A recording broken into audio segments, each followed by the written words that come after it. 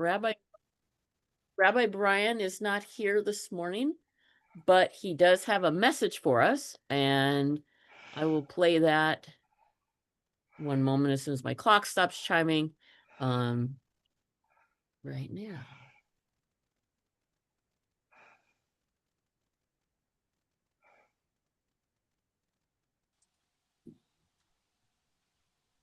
This is a very special Rabbi Brian announcement. I am not going to be at the service today. I am in flight right now between Los Angeles and Portland. Do not panic. In case of emergency, an oxygen mask will fall from the. No, don't panic. I've asked the people who I often debrief services with, the little service planning committee, I've asked them to host this service this morning. I've asked Maria to MC, and I've asked other ones to present little things, things that they've learned in this service. And I am going to tell you the same thing I used to tell my high school students when I had a substitute who was about to come in, which is you treat that substitute with the utmost respect. Thank you. I'd also like to ask you to consider, what have you learned? What have you learned in being here for Religion Outside the Box Saturday service time? And please have an answer for next week. I'd love to hear what you've learned. And I thank all of my beloved friends for running this service in my absence. Thank you so much. What have I learned? Oh, there we go. Now I can see everybody again. So good morning, good afternoon, good evening, good evening, wherever you're watching or whenever you are watching from. As Rabbi said, he's in flight at the very moment. So we do have several people who are going to talk about what they have learned from this community. And I know that it will lead to a fabulous discussion with the whole group.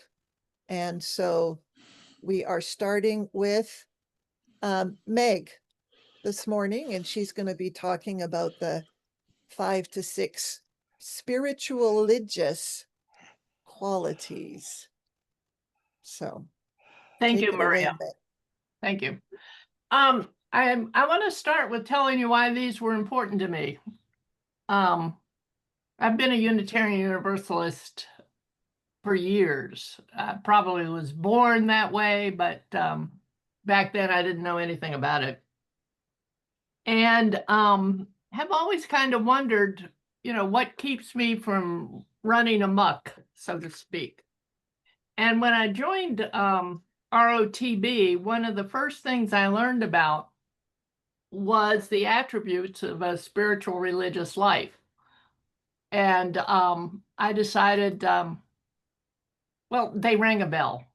I mean, that was like, okay, this guy, that was Brian, knows what he's talking about. And this makes sense to me. So that's one reason I've stuck around. Now, in case you're wondering, this marvelous book, I'm getting paid for advertising. On page 29 is the list of spiritual religious things, the 6 qualities. I want to review what they are, and I'm going to go ahead and just tell you instead of quizzing you. The first one, and this is the first one we're going to talk about, is valuing questions over answers. The second one is values are hierarchical. You know what that word means, even though I can't say it very well. The third is people are marked by transformation. The you of 10 years ago wouldn't recognize the you of today, hopefully. It's also about connection, connectedness, oneness, and unity. And it's not about me. And we need to have both and thinking. So it's not about me, but it's also not about me. The paradox thing, I think, is what Brian really contributed to this list. Now, Fromm, Eric Fromm, in his book, Ye Are Gods, came up with this sequence. And I was really curious. I got really curious about this. How did he come up with it and this kind of thing? So I bought the book on Kindle because that was the cheapest way to get it. And he really only has like a page and a half, 2 pages on this particular thing. But he has, reading him really expanded my mind with regard to these. And if you're worried about if you ever get to talk, you'll get to talk, but I need to talk a little bit first. So he started with the question if you can have a spiritual religious life and be a non-theist. In other words, can you be spiritual and religious without God in your concepts? And he decided, yeah, you could. And he talks about the human experience. Actually, in the book, he talks about experience. And one needs to look at the experience itself, not the concept of the experience. His first characteristic was questions. There are more questions than answers. And he pointed out that there are a lot of people that are very happy with life as it is. They don't ask many questions. You know, they go with the flow. The meaning of their life is their work or power or fame or pleasure. It's, to me, it would be a really mundane existence. I know I have always had questions. And, you know, I never understood. I was confirmed in the Presbyterian Church, and we had this catechism, which was a bunch of questions, and then they had the answers already. So why were we asking those questions if we already knew? But anyway, Fromm says that some people experience life as a problem, and it's a series of questions that need answers. And I found that idea absolutely mind-boggling, actually. We need to look for answers if we're going to understand anything about living. And spiritual religious people experience the pain of separateness. I think we've talked about that. Separateness of man from nature and the passionate wish to overcome this separateness and be able to be at one with the universe. So what are some of the questions that spiritual religious people would ask? Now, this is the time when you can talk.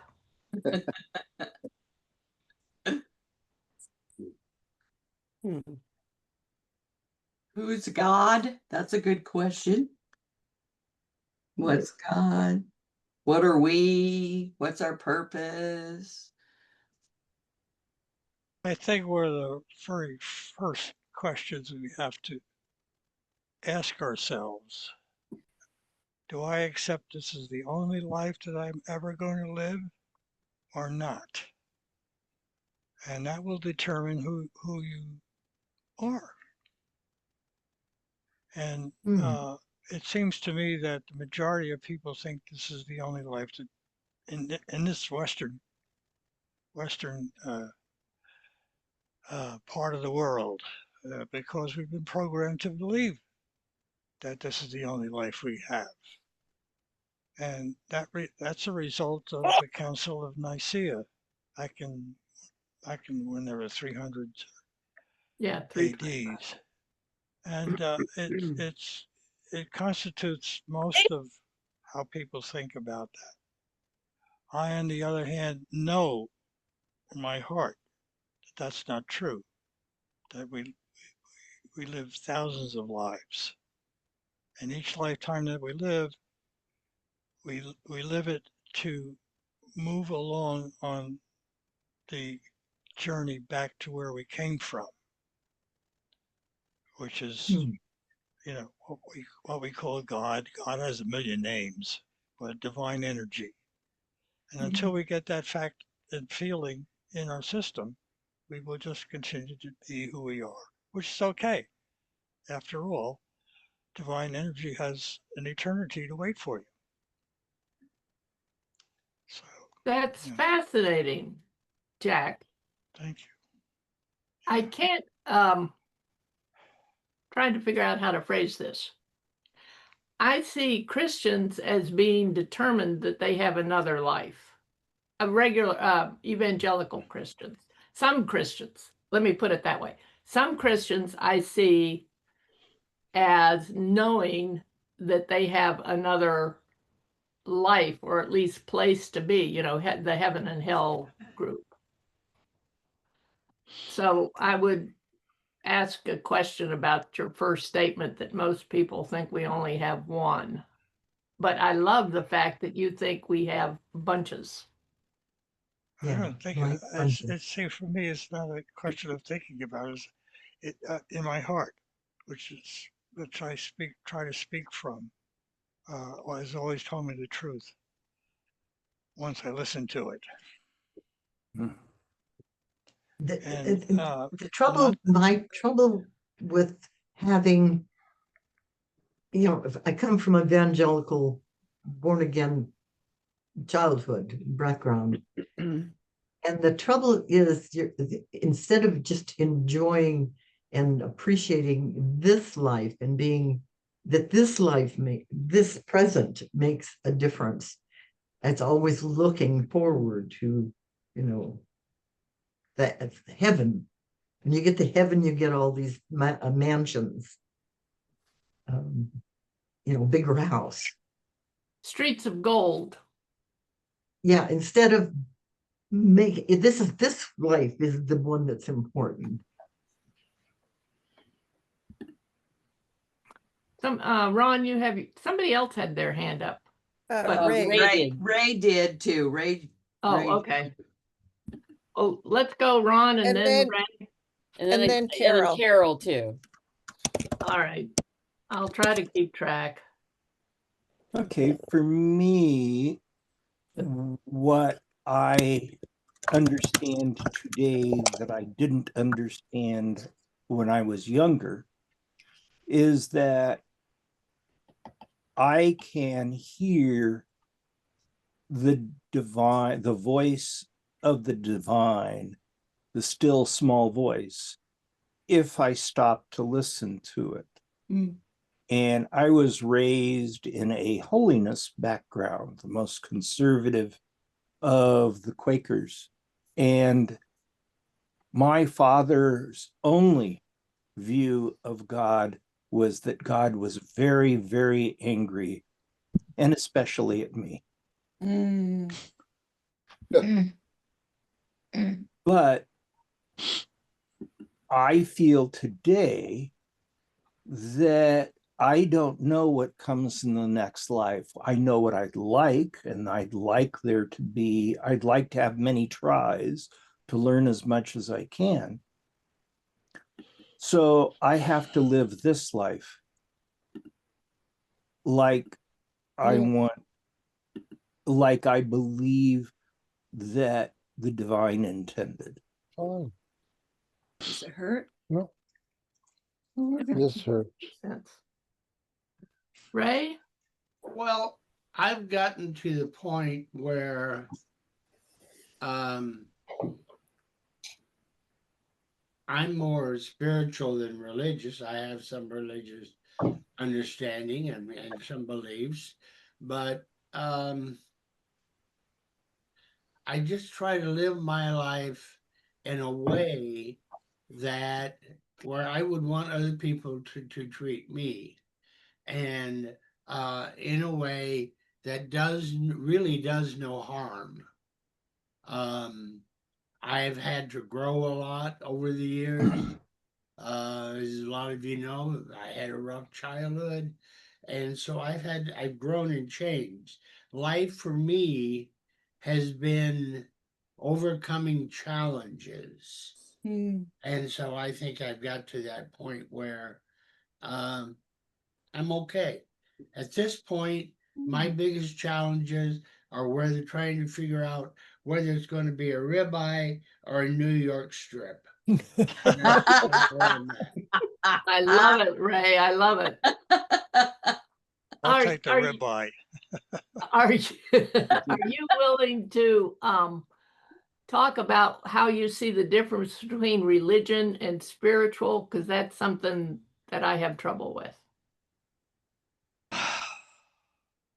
And if you know is a good answer, as you know. Religion is organized. It has a doctrine. It has shared beliefs. Spiritual is where you find a relationship with God, regardless of what the doctrine is. You have found within yourself a basic relationship. So your aim is not about data, not even about ritual. It's about what gets you closer to God. Yes. That's pretty well said. Wow. And I'd like to Carol? do this book is now available because it has all of that in it. This is 50 years of writing in transmitted stuff regarding the spiritual life and how to live it. I What's the can't name? read. What's the title? Yeah, can you read the title, Jack? Because it's not easy to read. Put it in the chat also, please. Yeah, it's called Dialogues with the Divine. Dialogues with the Divine. Right. And do we know the author? I'm the author of it. Okay. I know. And I put it's 150 plus poems called ghazals, which is a Persian name, and the picture on this is the painting on the cover is a painting of my spiritual master. Wonderful. And it's so if you want, it's ready. If you want, you can order it at Amazon or any bookstore in the country. Yeah. And it will take probably 2 or 3 weeks for you to get it. But it's really worthwhile. It's for me. It's the I don't know how to describe it. Anyone who is interested in the spiritual path will get something from it. Thanks, Jack. It's not. Yeah. Yeah, it's not for me to determine. So if you order it, that's the title, and it's by Ambrose, Ambrose, which is my nom de plume that I use as well as my name. So that will do the job for you. Okay. I Great. doubt that my library will have it, but Buy it, Yeah, and buy it and contribute it to the library. they'd probably ban it here. Huh? Carol, you Which had would be even more reason to buy it. Yeah. And if you join the poetry room, you get to hear a poem or two from it. Right. Yeah, which I will gladly and lovingly do that for you. thank you. Okay. Said I'd one like of to the quibble a questions- little bit with Carol. I'm, A second. you know, I'm pretty proud of it, but with a small p. And Okay. it would be interesting to. Yeah, is that Here- a good? Yeah, we Okay. can see that. Okay. And- Carol. Oops. You Jack. said what was the questions? And I think the question is, life, such an amazing gift. Yep. How do we begin to repay that gift?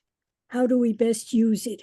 In other words, I think there comes a point where you reach so much gratitude and you want to find out, how can I best meaningfully express that gratitude? By loving God as much as you can. Thank you, Carol. So Dan and Steve, if you can't see the hands, Meg. Oh, okay. Dan? Yeah, I was just gonna say, I think non-theists can use the word spiritual as well. I don't think it has to depend on a definition about a God. I also don't feel that I need to use the word spiritual, but I'm very comfortable with, spiritualigious.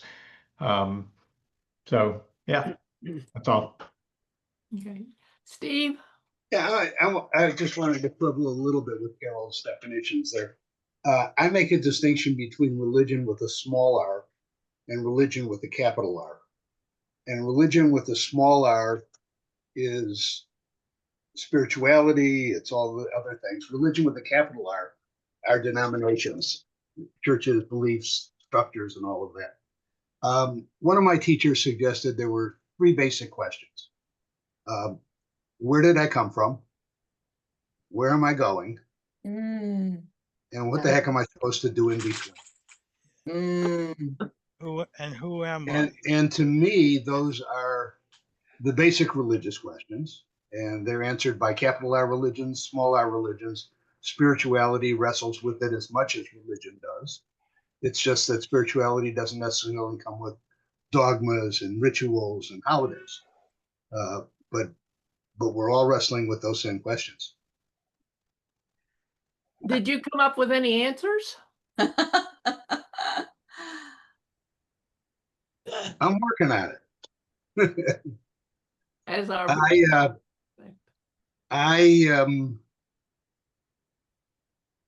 I'm not sure that I am thinking in terms of reincarnation. But I think of coming from being connected to everything, going back to being connected to everything, and trying to make a difference in between. But Amen. But it's that's really glib. It's a little oversimplified. But my thoughts tend to be that there's one earthly life, but I could be wrong. But what's interesting is all of the great religions that we know about were started by someone, an individual who had an experience, and that experience led to what happened. And so what we're being invited into is to get into that experience. We're showed a path to have that experience. And yes, people have scriptures and people have community, but I think what's important is that people are open to love and to begin to see that in loving other people, they are also loving God. Like that. And I remember Julia Sweeney in her monologue, Letting Go of God. I always remember her final sentence that she said to a group of Mormon missionaries, I don't know God, but I have experienced God. And that is my experience, is that I don't know God anymore. I used to know, now I don't know. Sounds like you've been transformed. Experienced God. The God you can know is not big enough. Yeah. We have to know. You don't even know yourself. If you don't know yourself, how could you know God? What you can do is experience God and say, God, I'm as open as you want me to be. Gord or Jen, did either one of you want to share what's in the chat about what you spoke about in the chat? Because there's a couple of really good comments in there. But I mean, feel free to, again, the no's an acceptable answer. But Gord, go ahead. I was just kind of replying to Jen because Jen was wondering if distinguishing between spirituality and religious creates division. At least that's how I interpreted that comment.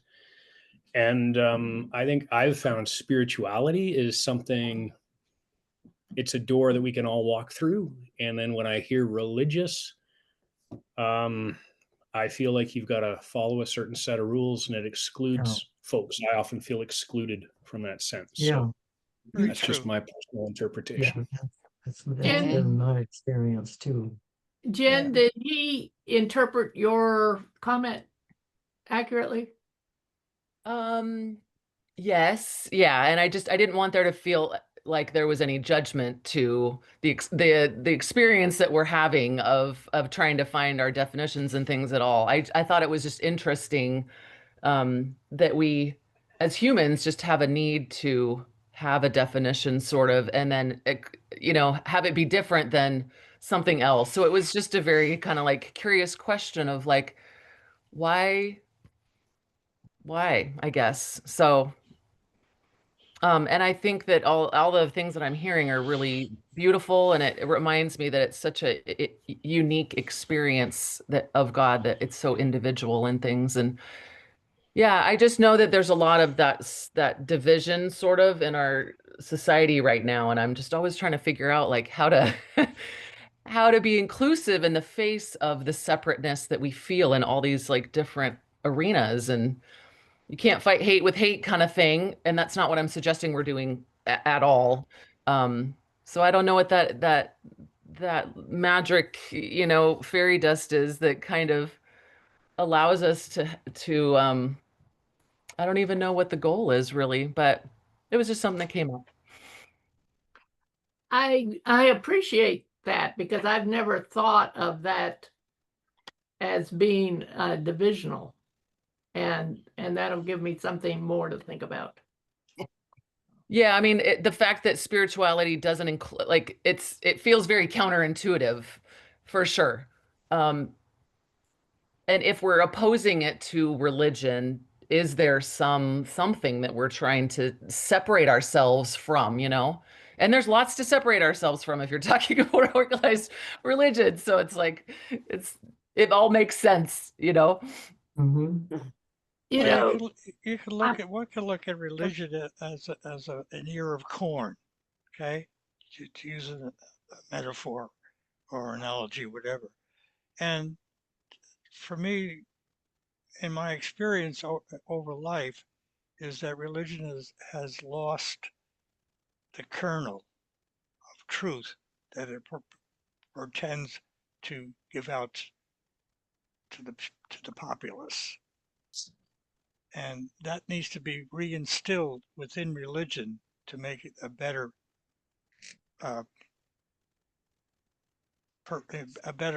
institution to give wisdom to the people. It doesn't do that now. It's all related on myths and fairy tales at the same time, but it's a very, very necessary thing. But what you as an individual takes from it is the most important thing of all. One of the things I think we should ask the rabbi next week when he's available is he put together the word spiritual and religious. I have the worst time pronouncing it. Yeah. Spirit, religious, whatever. He does much better, but he's had more practice. So I'm wondering, Jen, if that is the question I would have for the rabbi is that his way of combining the two? And what kind of difference does that make? Which we are not going to answer because I've got two other hands up that I see. So, Michael? Yeah, thank you. For me, the life is about the examined life, is about freedom, is for me personally what I'm interested in. And therefore, specifics about God or religion, it makes sense to look at them outside the box, so to speak, as words. Religion is a word that I'm free to fill with whatever meaning I choose. And God is also a word that I'm free to use or not use to fill with whatever meaning I choose.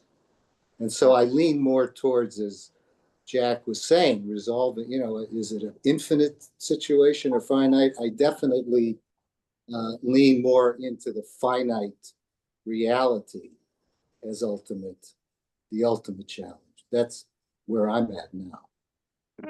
Thank you. Appreciate that. You're welcome. Ron.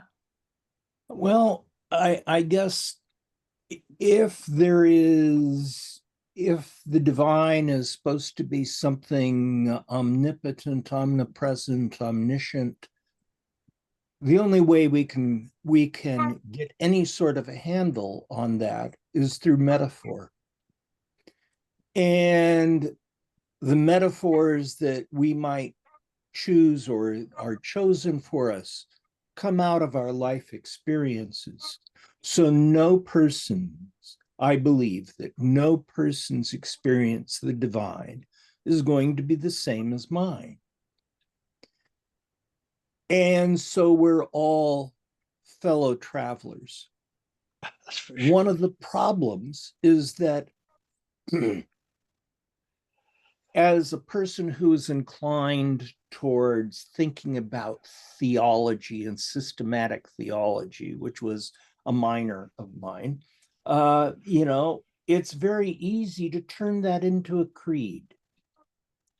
And once you have a creed, you are putting God inside a box. Yep. The band Jethro Tull had an album, let me see here, I think it was Thick as a Brick. I can't remember. No, it wasn't Thick as a Brick, but it starts off on the liner notes. It says, in the beginning, man created God. In his image did he create him. The idea is that if we are searching for something greater than what we can create and visualize, we have to use metaphor. And that's why, I think poetry is better at metaphors than creed. Or even prose. Maybe. Well, I don't know. Prose, if prose waxes lyrical enough, then yes. But at that point, the prose Then it turns into poetry. Yeah, that sounds poetic. Thanks, Ron. Yeah. Meg, yes. Meg, sorry, I just would like to say something.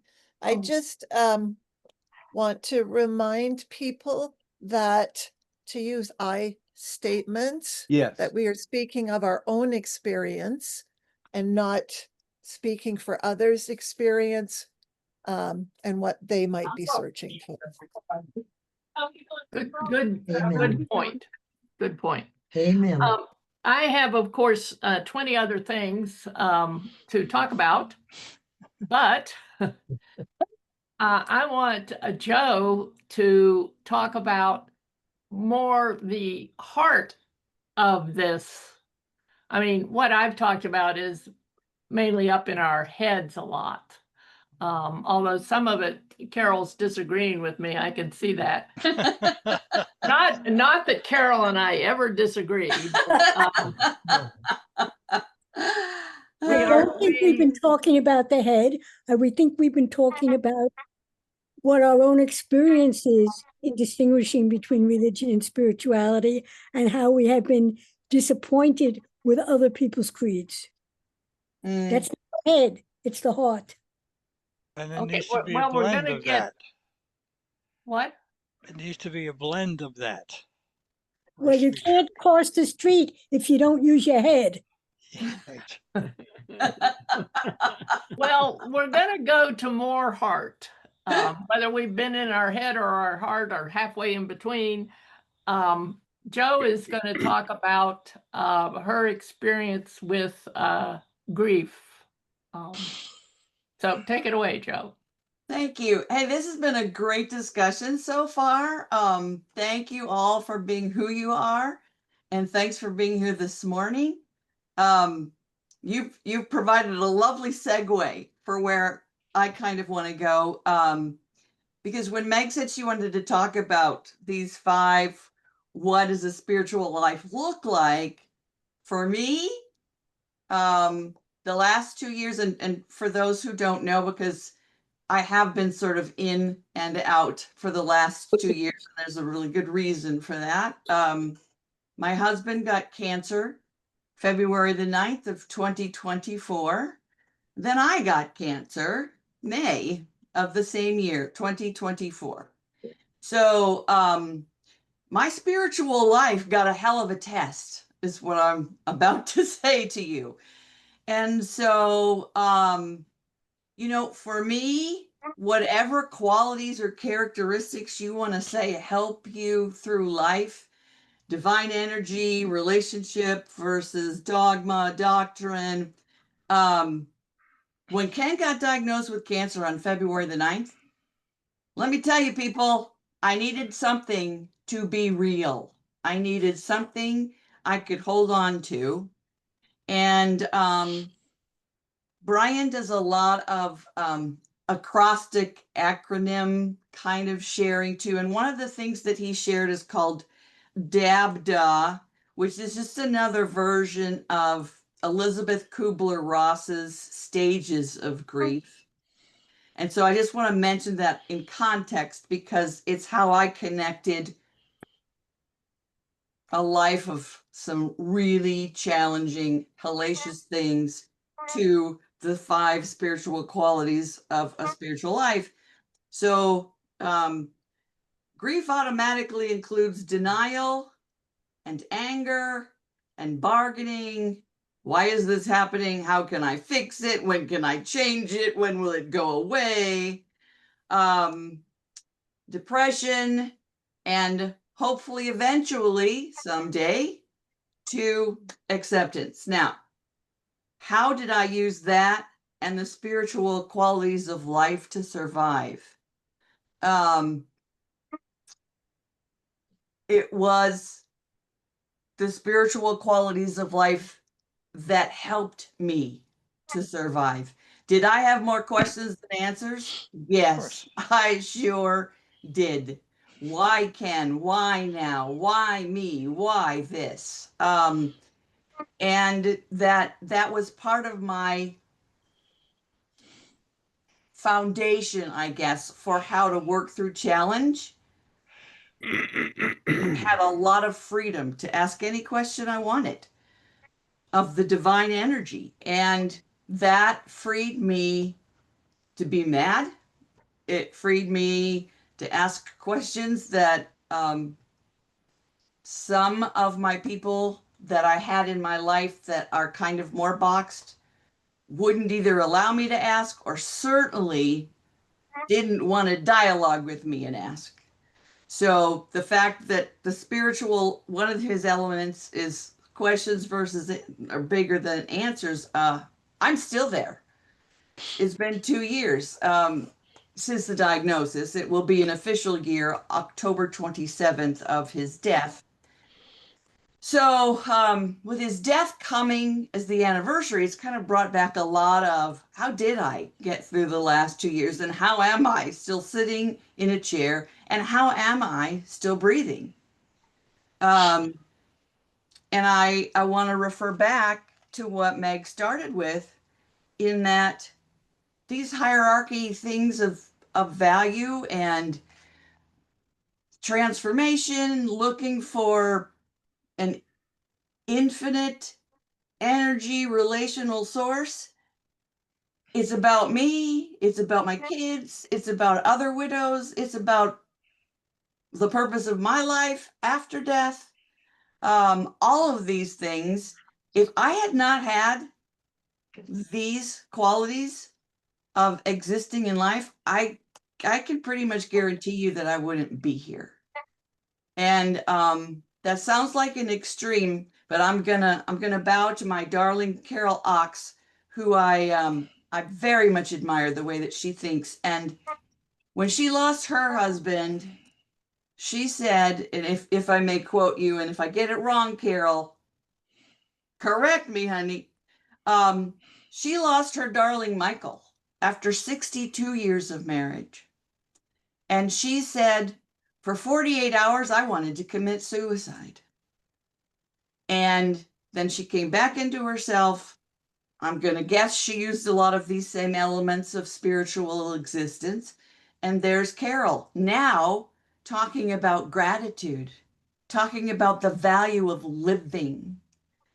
I don't know if I'm as evolved yet with my grief as Carol. I'm working on it. I'm trying.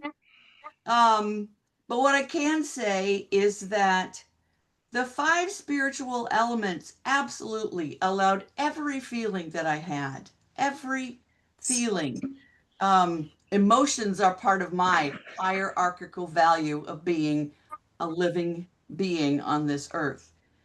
We already talked about the questions versus answers. If I didn't have some connection with the divine energy that Jack speaks about, that his book speaks about, that Carol speaks about, that all of you have spoken about in one way or another, again, suicide's a choice. Why should I stay? And then is it about me? It's not about me. That got to be very important really early on, I will say, because when we had the funeral for Ken, there were over 300 people that came to the funeral home. It took an hour and a half. People were willing to stand in a line for an hour and a half just to give me a hug or to give my girls a hug. I don't know that I understood. And I hope that this helps a lot of you to maybe look at the broad scope of love and those spiritual values that you have, that you're giving to the world in a new way. I didn't think anyone cared enough about my life, or Ken's for that matter, to stand an hour and a half to give me a hug for 2.5 minutes and then move on. I'm telling you, I was so moved by the human community of relationship that it changed my perspective on everything. I try to keep that like close to my heart all the time. I understood that, and mind you, I don't go around with a banner. I do not hold a banner that says, Joe Ludwig believes questions are bigger than answers. Joe Ludwig believes she has a hierarchy of values. I don't. That's not what I do. And I don't think any of us do that. What we all do, though, and these spiritual qualities are asking us to do that, is love. That's what they help me do, is love. Now, did I feel loving on October 27th of 2024 when my love of my life took his last breath? No. No, I was not feeling love. But nor did I feel abandoned, because my questions were bigger than answers. I didn't have answers. I had values.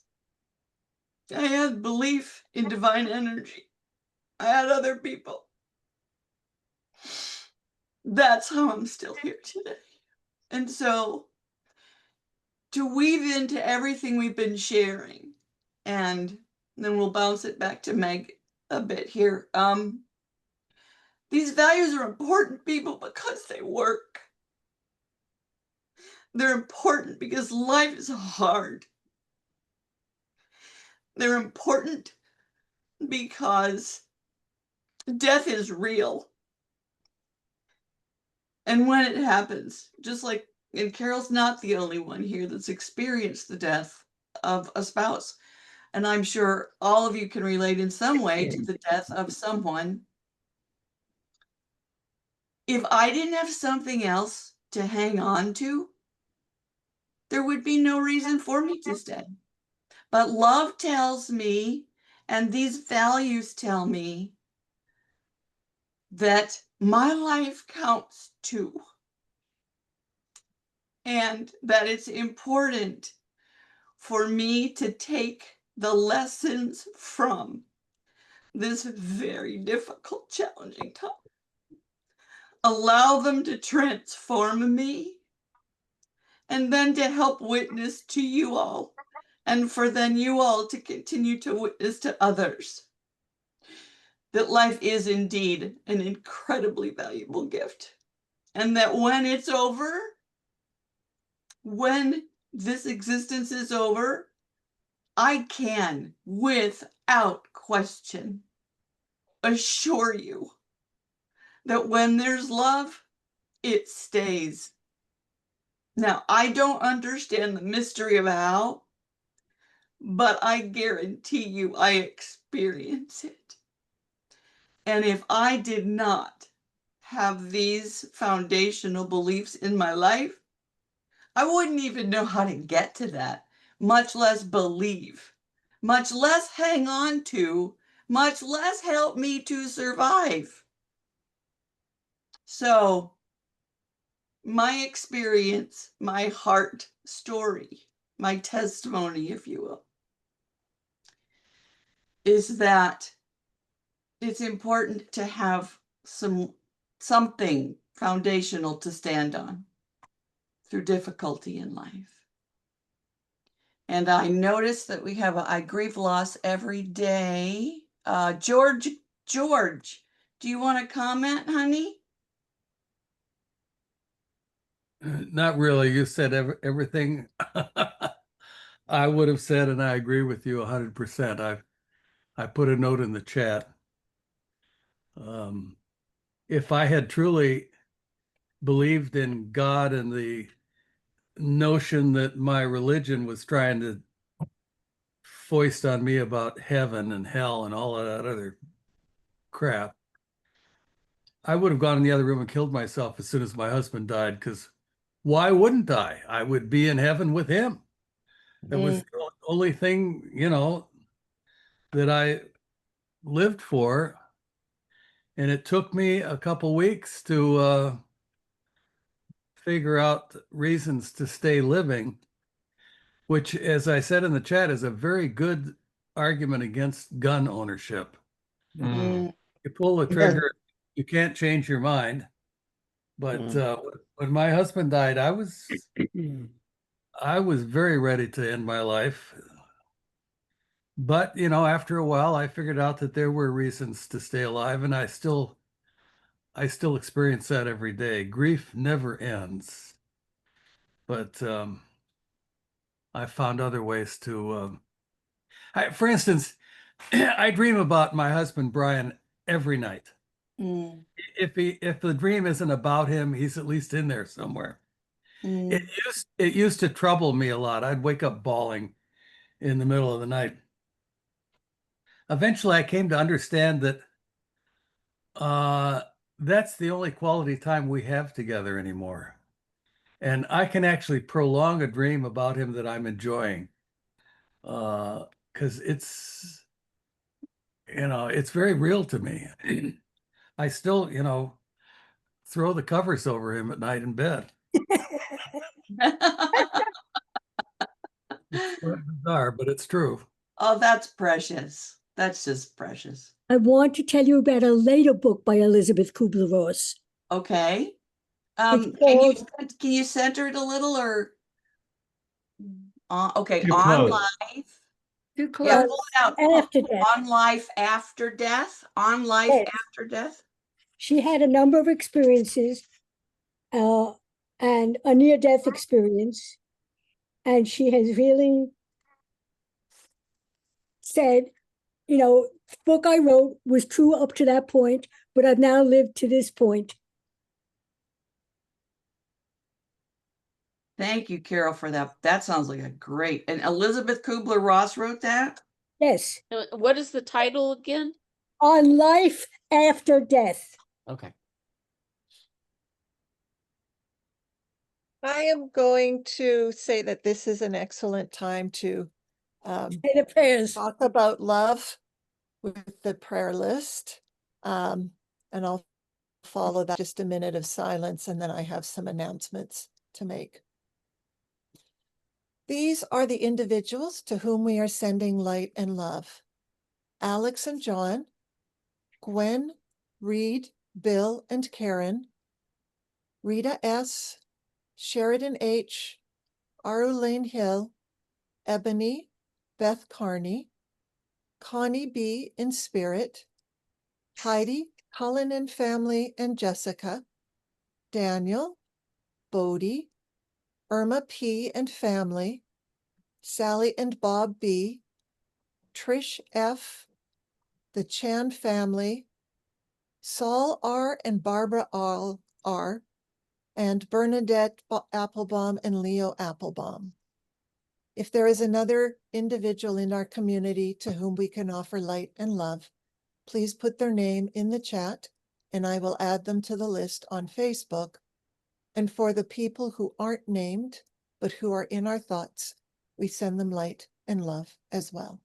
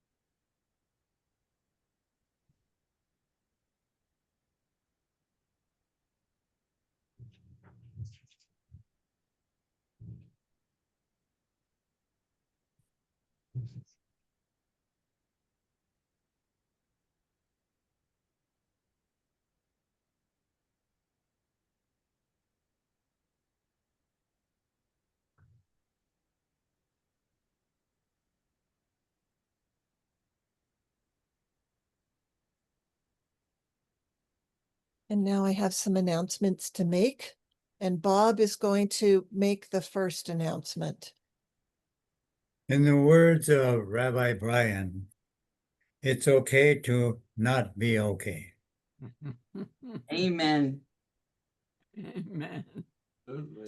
I'd like to thank Meg. I think this is one of the best meetings we've had in a long time. Thank And you, Carol. Joe. Carol, that means a great deal to me. Thank you. Some of the other announcements. If you are interested in helping organize and run the Saturday service, you can email Rabbi and let him know. Or you can also come over to Maria's Welcome Center and Toolbox in the second hour. And we can chat about that.